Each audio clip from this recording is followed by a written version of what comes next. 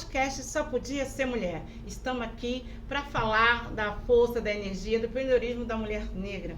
E estamos aqui conosco hoje, quero apresentar para vocês, Patrícia de Paula, né? Nossa empreendedorista cultural. E aí, Patrícia, tudo bom? Tudo ótimo. Quero aproveitar para apresentar Ana Diamante, que também faz parte desse lindo projeto que estamos iniciando. Em breve, Val Ferreira também fará parte dessa mesa aqui, onde a ordem é dar visibilidade às mulheres que foram pioneiras e muito guerreiras em resistir, não só em colocar suas ideias para frente, mas também com que essas ideias mudassem não só a nossa sociedade, mas o mundo. É isso aí.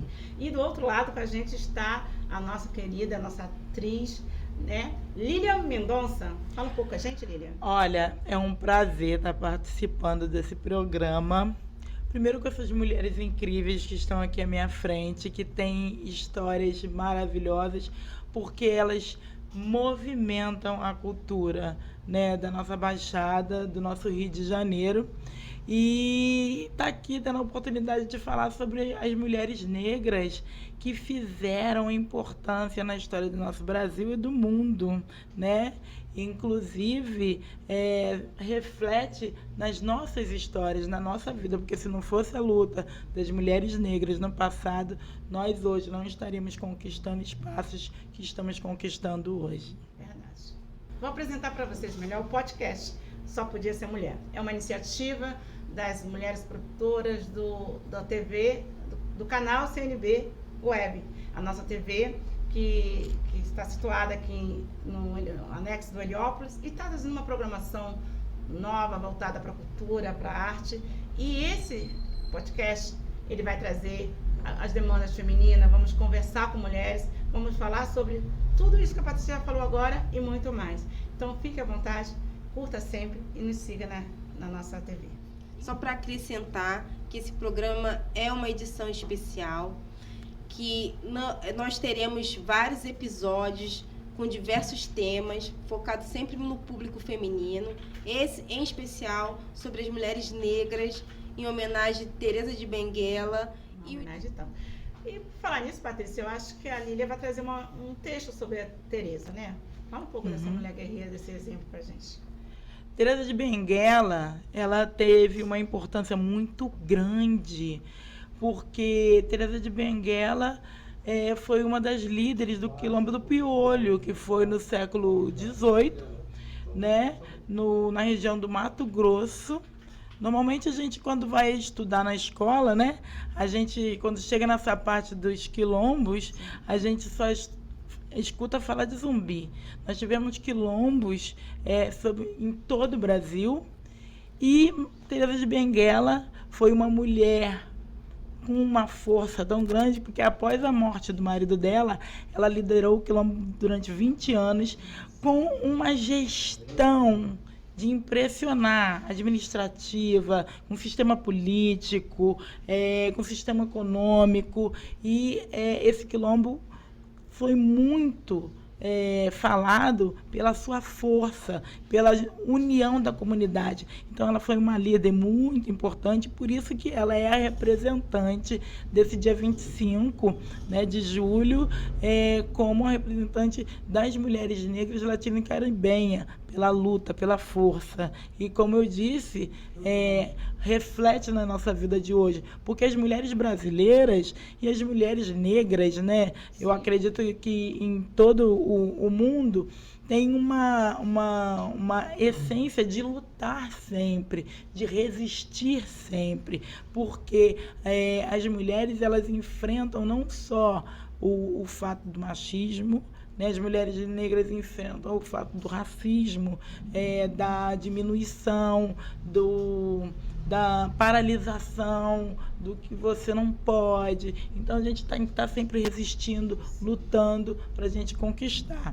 E a mulher no Brasil, a mulher negra no Brasil, ela, como você falou muito bem, falar sobre empreendedorismo, ela é uma das que mais empreendem por conta das faltas de oportunidade. Então, Teresa de Benguela, ela também representa o empreender, porque a gente busca oportunidade onde a gente não tem. E aí a gente acha. Então, a gente também, mulher negra, é sinônimo de empreendedorismo. Com certeza. Muito show. Adorei sua fala. Realmente, quando você pensa que a nossa força vem exatamente da falta de escolha, você não escolhe ser forte, você não tem escolha. Então, ou você é forte, ou você é forte. Entendeu? Lembrando que a mulher negra é a base da sociedade. Isso. Porque ela ainda continua sendo a base da pirâmide social, a que menos ganha, a com salários piores dentro do corporativo, e é aquela que a gente pode, como mulheres negras, né, aqui descrever um termo de Vilma Piedade, que é a dororidade, porque é a única dor que a mulher negra pode identificar na outra. Então, são dores que só a mulher negra sofre, né? Só ela passa. Então, a mulher negra realmente, além de sustentar essa pirâmide, que eu creio que estamos em busca de virar essa pirâmide, em busca não só da equidade racial, mas também que ela possa estar ali igualmente ou maior, né? Porque isso é uma dívida histórica, né? Sem dúvida. A mulher negra, ela, como a própria Viola Davis fala, que ela movimenta. Quando ela se movimenta, toda a sociedade se movimenta junto. Então, aqui ela é a base dessa sociedade, né? Não tem como. Você percebe que hoje, século XXI, nós temos mulheres brancas. Aí a segunda classe da pirâmide, brigando por direitos iguais. Então, quando você chega numa situação, dentro de uma sociedade, que as mulheres que sempre teve tudo, em relação às pretas, estão questionando, exigindo, estão se queixando do que tem, em que lugar fica a negra, né? Se elas que são privilegiadas têm queixas a fazerem, imagine as mulheres pretas que sempre teve fora da mídia, sempre teve fora das melhores escolas, sempre teve fora dos melhores lugares. Essa nem se fala. Então, se é difícil para um, é como se você tivesse começado uma corrida em que as negras largassem 10 horas depois, né? A desvantagem é muito grande. E agora, o que é mais mágico nisso tudo? É que essa dificuldade toda só serviu para que a gente ficasse mais guerreira, mais guerrida, mais forte. Porque se a gente fosse frágil, a gente já tinha sumido da face. Sucumbido, é verdade. Sucumbido. Mas a mulher é gestora por natureza. A mulher geriu o mundo que está aqui. A gente costuma dizer que metade do mundo é mulher, a outra metade nasceu dela. Então a mulher veio para ser raiz mesmo, e não adianta. Pode não gostar, pode achar ruim, mas só não tem como viver sem elas. Não tem que suportar, não tem jeito, entendeu? Mas, e por outro lado, o que a gente quer de verdade? Qual é a essência? O que a mulher deseja para si? A mulher ama os homens, ela é mãe, ela tem filho, ela tem irmãos, ela tem pai, ela tem marido, então ela não quer essa guerra. Ela só quer... Vem dela, né, também, né? Então vem dela também. O que ela quer é respeito, é direito, é dignidade. E enquanto faltar essa dignidade, vai ter mulheres que levantam para a guerra, para garantir um mínimo de integridade para gerações futuras, para a geração das netas, porque não é admissível mais um Brasil que a minha avó viveu, que a minha bisavó teve. Isso é inadmissível. Nunca mais será igual. Não quando houver mulheres como Ana, a gente quer o quê? Reconhecimento. E respeito.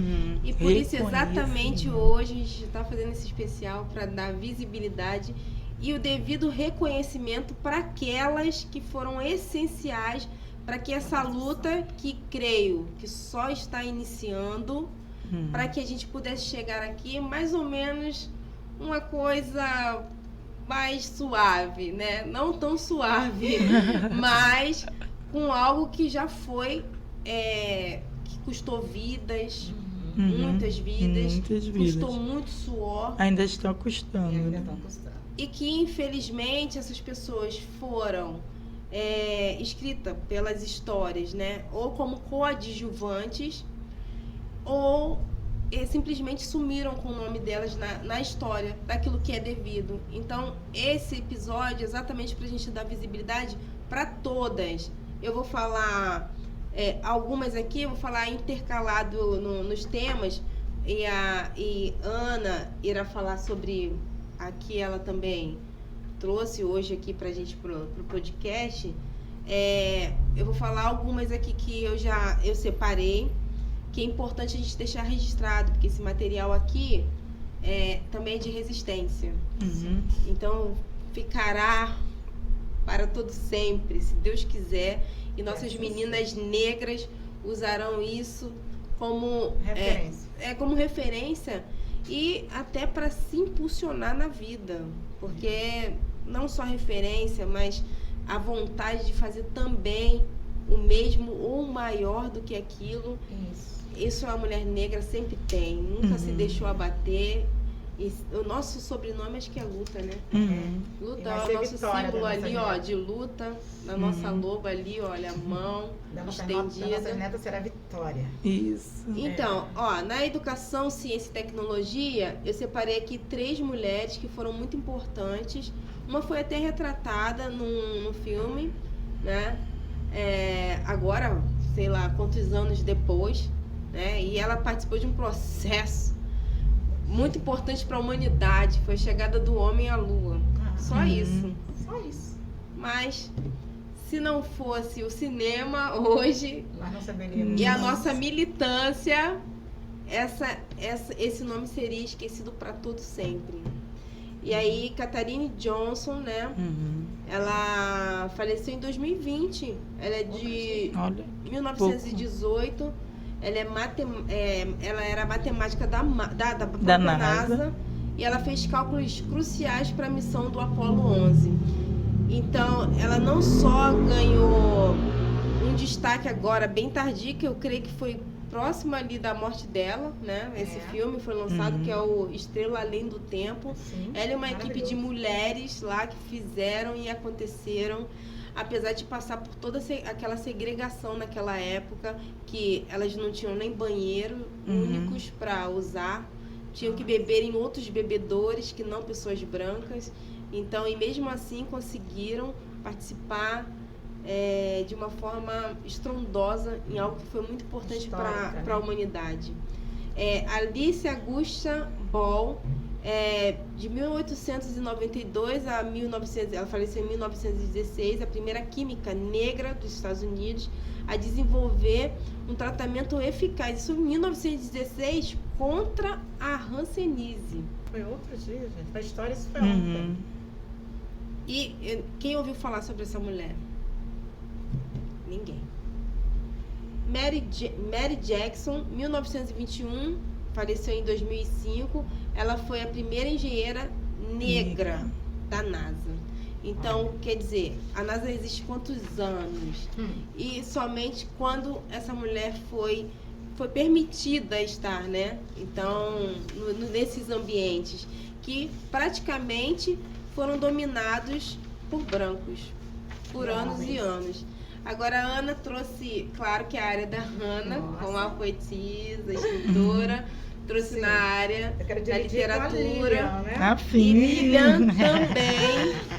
A Lilian não só empreendedora, né, Ana? Atriz também. Atriz do filme, premiada, escrito pela própria Ana, então, que também trabalha na área de beleza, empreendedora, vai vir aqui também depois, em outros programas, falar sobre isso. Consciência negra, orgulho do cabelo crespo, orgulho da nossa beleza negra. Vamos que vamos, obrigada. Depois você pode até fazer uma merchan aí do seu, né? Do seu negócio, porque aqui nós estamos para impulsionar mulheres, né? Isso aí, essa é a nossa meta. Então pode falar aí, vai falar da literatura. A literatura negra feminina.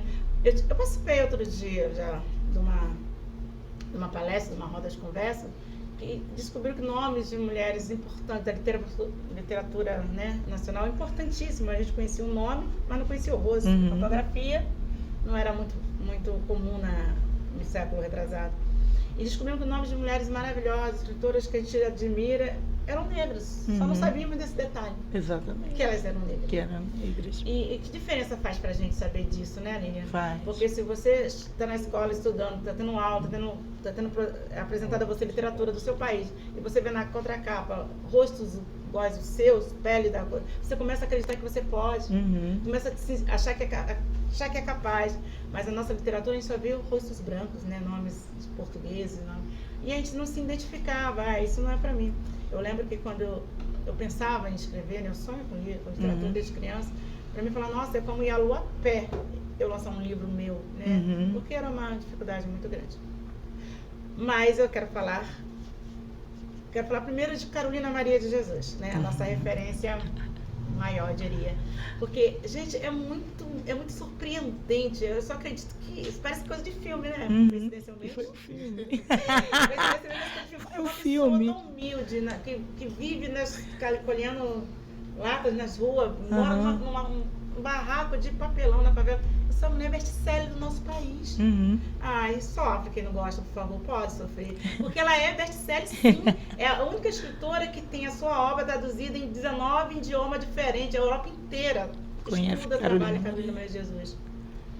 Tem que respeitar, né? Tem que respeitar. E Carolina Maria de Jesus, ela teve uma importância muito grande, porque ela veio de uma infância muito pobre, estudou 2 anos, tinha uma mente brilhante, que com esses 2 anos ela chegou ao mundo.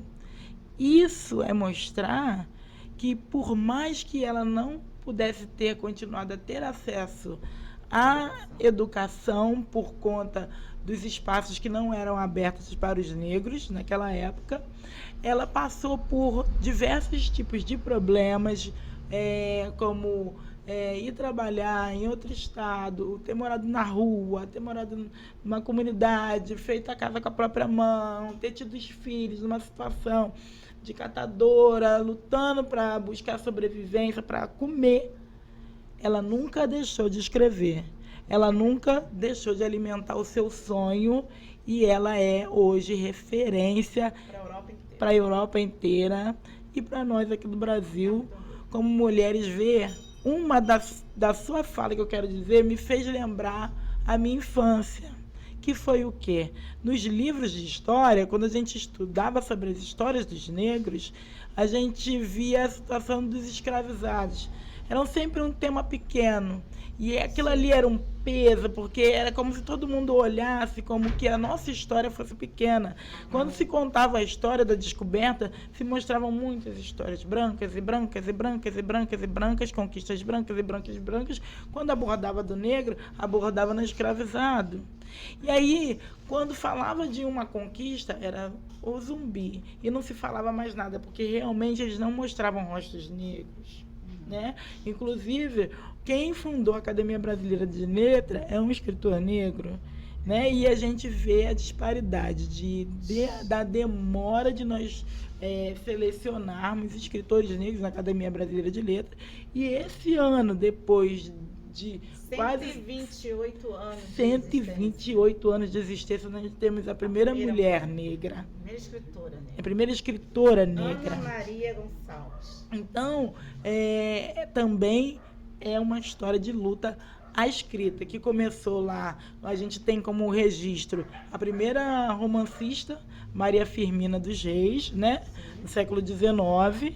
E aí a gente vem essa luta até hoje, para depois de 128 anos. 128 anos de academia. Nós temos a primeira escritora, né? Não, Passamos... isso é constrangedor na sociedade. É importante, mas ainda é constrangedor. Muito né? constrangedor, porque eu acho que é admitir, é assinar embaixo que a gente vive numa sociedade racista. Segregadora. Sabe? Segregadora. É constrangedor uma população que a sua maioria, mais de 50% da população é negra, ter um grupo de elite fazendo algo assim acontecer. A gente não precisa mais provar da nossa capacidade. Eu acho que tem um historiador que costuma falar assim: a gente pode falar da África sem citar o Brasil, mas a gente não tem como falar do Brasil sem citar a África. É como se o Brasil não existisse sem ela. Tudo que daqui, tudo que você busca, toda a referência de raízes de história, a gente está lá. E ainda hoje eles querem dizer, que a nossa participação, que a nossa presença não é importante? Sabe? Agora, quando eu vejo essas questões de racismo, essas demonstrações, eu digo que eles estão agonizando. Eles estão assim, porque eles perceberam que a virada é inevitável. Eles já perderam. Então, a última tentativa, no desespero, eles começam a agredir fisicamente, a falar verbalmente, a xingar, a nos ofender, porque eles sabem que acabou para eles. Acabou. Agora é derrocada geral. Porque não há uma revanche, não há uma vingança, mas eles vão ter que abrir espaço para o povo que realmente criou esse país, que trabalhou, a sociedade que estava aqui, que fez ela existir. Entendeu? Vai ter que abrir esse espaço. E é na literatura, é na educação, na ciência, na saúde, porque nós já estávamos aqui o tempo todo. A gente não aceita mais. O que acontece?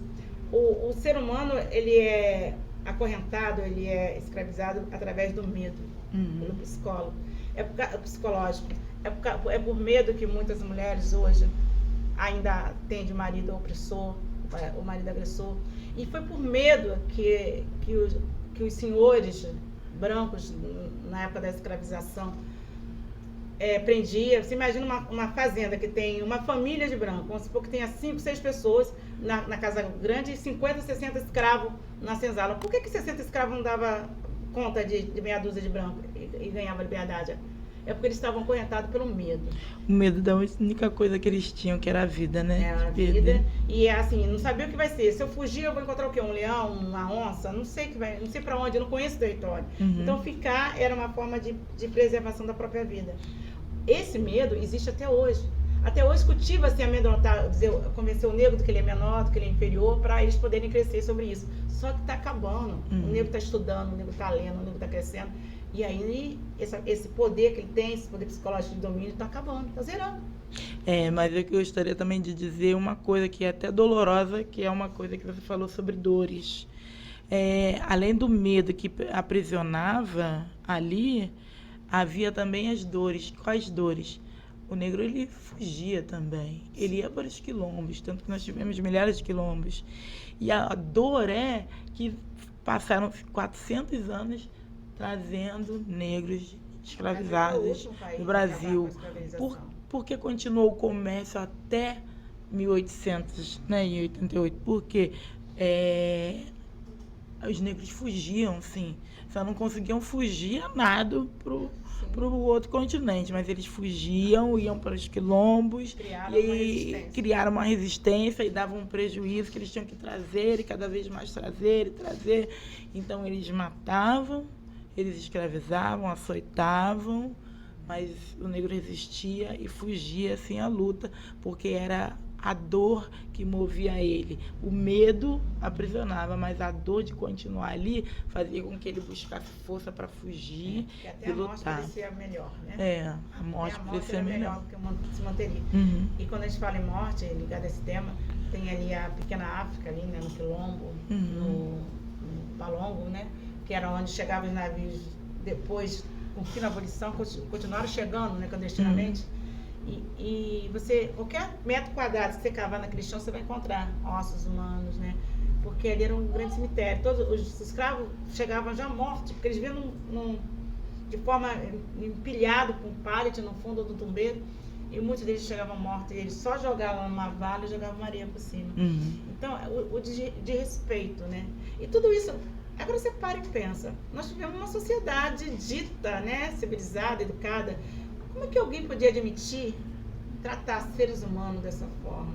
A igreja admitia, o poder público admitia, as pessoas não entendiam o negro como um ser humano igual ao outro, só com a diferença da terra, da cor da pele. Ele não entendia o negro como um ser humano. Admitia pelo fato do dinheiro, poder falar mais alto, né? Porque eles simplesmente não queriam pagar. Tem um livro que são os 7 botões de Napoleão, que ele dá uma abordagem muito grande sobre isso, porque ele fala dessa questão, que quando eles chegaram aqui, depois de tentar chegar às Índias, né? Porque eles estavam cansados de viver sobre o domínio do comércio de Roma, né? Porque tinha que pagar Roma para poder passar pela Mesopotâmia, caríssimo. E a gente está vivendo isso hoje. tinha que pagar pelas especiarias. E aí o que eles fizeram? Vamos fazer uma incursão, vamos de navio até chegar às Índias. Acharam o continente americano. Quando acharam o continente americano, acharam uma terra fértil para plantar. Oba, a gente não vai mais precisar ir para as Índias para poder comprar. A gente vai ter um quintal aqui para plantar. Só que eles chegaram, encontraram os indígenas que não conheciam aquele pessoal que estava chegando, trouxeram suas doenças. Muitos morreram em massa, né? Que trouxeram um espelho, e aí eles escravizavam os indígenas, mas só que não conseguiam, porque eles dominavam aquela terra, fugiam, aí trouxeram os europeus para cá, mas só que eles trouxeram os europeus e eles tinham que pagar, então ficava caro. Então tudo foi pelo não pagar. E aí eles chegaram e falaram assim, a gente tem lá, a gente está dominando também o continente africano e tem tribos que não sabem nem quem somos nós e não tem a arma que a gente tem. Aí vem novamente pelo medo, pelo domínio, vamos levar porque esse daqui a gente não paga. Esse daqui nós não vamos pagar. Aí eles vêm com a religião que manipularam para poder fazer como domínio, né? Manipularam também pelo dinheiro, né? Pelo domínio, pelo dinheiro, manipularam pelo poder, então tudo por poder, para não ter que pagar, eles pegaram milhares de pessoas. E pós isso, né? Essa liberdade do que eles acham que eles não têm que ressarcir, né? Tudo que passamos. E o principal, né? Aquela liberdade de você vai, você não tem para onde ir, você não tem o que fazer, ninguém vai pagar o suficiente para você se manter, e ainda teve esse pós, que a gente vive até hoje, com eles já no comando, eles criando as próprias leis, nos manipulando, dominando, criando as regras do jogo sempre, e a gente ali tendo que sobreviver, resistir e sobreviver para não voltar para aquilo que minimamente mantinha a gente vivo, né? Podemos dizer, porque comida... para se manter vivo. Era o que... Era o nosso servindo. O trabalho era em troca da vida, de estar vivo. De estar vivo. E aí eles acham que até hoje eles não têm que ressarcir nada disso. O ditado que eles mais gostavam de usar, como é que é? Quem não serve para servir, não serve para viver, né? Tem que servi-los. Servir, senão a gente mata. Senão a gente mata, não serve para viver, se não serve para servir, não é isso? Exatamente isso. Então, e como todas as questões aí que permeiam a nossa existência como mulher preta dentro dessa sociedade, que tudo isso que nós falamos agora não é um sofrimento incutido a todo o povo preto, né? E a mulher sofre, né? Mas porque a parte emocional, ela sofre pelos próprios sofrimentos e sofre pelo sofrimento dos filhos, do marido. Quantas mães tiveram seus filhos arrancados, quantas mulheres tiveram seu marido apartados, porque alguém precisava ganhar dinheiro. Porque alguns brancos precisavam ganhar dinheiro. Eu queria passar as palavras para a Patrícia, depois para a Lília, porque a gente já está chegando no final do nosso podcast. Ai, tá tão gostoso. Tá maravilhoso, não tá? Vamos lá, Patrícia. Então, quero terminar não só falando por mais mulheres, claro, que fizeram a diferença, foram protagonistas e que prepararam esse solo. Para quem sabe, a gente está asfaltando ou não, ainda não sei ainda, porque cada dia parece que a gente avança e tem um retrocesso. Toda hora a gente tem que sempre estar atento, né? Infelizmente a gente não pode relaxar, porque a gente não tem essa situação cômoda de você não ser simplesmente fazer parte de qualquer tipo de escolha na sociedade apenas pela sua cor. Ainda continuam escolhendo pelas cores e não pela sua capacidade, pelo aquilo que você pode trazer. Então, hoje sabemos que o preconceito tem cor, tem raça. Então, sabemos que infelizmente nossos filhos, né, que ainda tem que andar com atenção, tem que ter todos os cuidados para andar à noite, para estarem em lugares que não são permitidos ou que eles não são bem-vindos estar. Ainda acontece esse racismo velado de que eu tenho amigos negros, mas eu, no meu íntimo, continuo ainda não só fazendo piadinhas, né, de cunho racial, mas eu continuo disseminando ódio por trás das telas. Então eu vou deixar aqui a minha contribuição, não só para os negros em geral, mas especialmente para as mulheres, né? Nunca estaremos sozinhas, né? Então, sabemos das dores que só a gente sofre, sabemos das lutas que só a gente passa, e não tem como outras pessoas que não fazem parte disso ou não passaram por isso quererem passar. Então, entender. O lugar de fala sempre será nosso, não é verdade? E de aprendizado de vocês. É isso que eu vou deixar de contribuição para o nosso podcast. E aí, exaltando todas as outras mulheres que também fizeram parte e aí continuam fazendo parte ativas aí nas suas militâncias. Quero falar de Ruth de Souza, a nossa primeira atriz negra a se apresentar no Teatro Municipal, nossa área cultura. E aí a gente, com certeza, deixa todo nosso amor e devoção para essa pessoa que foi muito importante para que outras mulheres... Ontem eu ouvi rapidamente falando sobre Thais Araújo, bela, maravilhosa, lá no Domingão do Hulk. Linda. E com uma fala que eu vou deixar também aqui eternizada, eu vou usar a Thaís, se você nos ver. Que ela falou, referindo o marido dela, né, Lázaro Ramos, falando assim, que eles descobriram que eles separados eram fortes, mas juntos eles eram imbatíveis. Então, isso não serve só para casais, serve para mulheres. Isso também, né, Ana? Que separadas, né, somos fortes, mas juntas somos imbatíveis. Dificilmente irão nos bater. Então, isso fica de aprendizado para todo mundo, né? Mães e filhas, irmãos. E aí, no nosso grupo, o que vale é realmente estarmos unidos, né?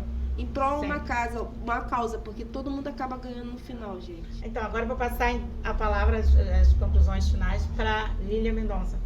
Fala um pouco. Uma das coisas que eu queria abordar, falar sobre Conceição de Evaristo, Academia Brasileira de Letras. Eu ainda estou esperando ver Conceição de Evaristo ser chamada, porque ela é mestranda, doutorada, professora universitária, estudou aqui, estudou fora, escreve best-seller com a luta sobre o racismo, uma luta sobre uma sociedade melhor. Também falar sobre a educação de base, ela tem que ser fortalecida, porque é através da educação de base que a gente faz seres humanos conscientes da sua realidade. Também gostaria de falar que tem uma frase de Conceição de Evaristo, que ela, num texto vendo sobre a trajetória da filha dela, né, que a filha dela queria saber como é que era a avó, né, e aí ela ficou buscando lembranças da mãe, e ela disse que ela podia ver os olhos da mãe através do espelho, né, por olhos d'água, porque ela se via refletida nos nossos olhos. E quando a gente fala de estarmos juntos, é isso, é um olhar no olho do outro e saber identificar a sua necessidade, um olhar no olho do outro e saber dizer, vem junto comigo. E então é a gente saber identificar através do olhar que aquele ser humano ele precisa de você, ele precisa estar junto de você.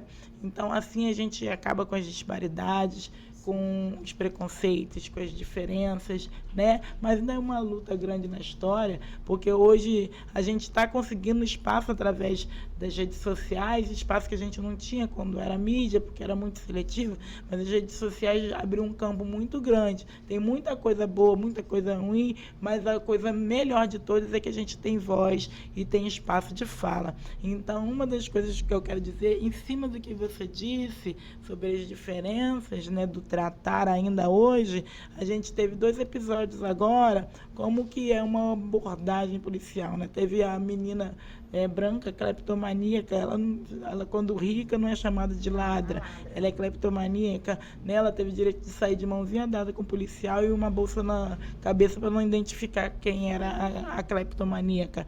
Mas o rapaz indo fazer cantar numa outra cidade com um irmão, um cantor gospel, João Igor, ele negro, tatuado. Aí ele chegou na rodoviária, o policial olhou para ele, falou: você tem droga? Ele olhou assim: não, senhor. Entrou no ônibus, o cara não conformado foi lá atrás, implicou com ele, sentou na frente, jogou a cadeira para cima dele, olha o tratar.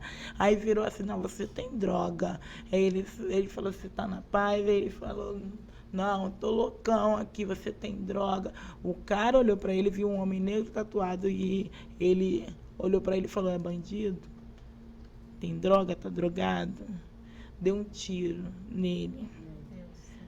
Então, uma pessoa que não tinha droga, que estava indo fazer um trabalho, né, social, e ele foi abordado de uma maneira totalmente errônea por um policial, como uns olham para outros e como a nossa sociedade negra é olhada, né, de uma maneira totalmente diferente. Isso tem que acabar. Isso acaba com educação, leitura. Se você tem em todas as esferas, na escola, no setor público, a gente tem que falar, a gente tem que abordar os temas raciais e os temas sobre mulheres também, e sociedade. Punição, porque infelizmente as pessoas só vão aprender quando elas forem punidas e doer muito no bolso delas. É exatamente isso, a gente tem que fazer valer o nosso direito. Não adianta criar leis se elas não são respeitadas. Tem que cumprir o que está escrito. Bom, eu quero o nosso primeiro podcast, Só Podia Ser Mulher, está chegando ao final. Eu queria agradecer a presença de Patrícia de Paula, que esteve aqui na assessoria desse trabalho lindo, maravilhosa, da nossa querida, nossa atriz amada Lília Mendonça. E queria também deixar aqui como final o nosso parabéns, o nosso muito obrigado a Ana Maria Gonçalves, que vai nos representar, nós mulheres escritoras pretas na BL, que ela faça um trabalho maravilhoso, que ela represente com muita honra esse grupo grandioso de mulheres escritoras pretas que tem no Brasil. Muito obrigada, estamos felizes. Após 128 anos, a BL enxerga. Mesmo tendo seu fundador um escritor preto, ela precisou de 128 anos para reconhecer a escrita preta. Muito obrigado e até a próxima. Adoramos estar com vocês.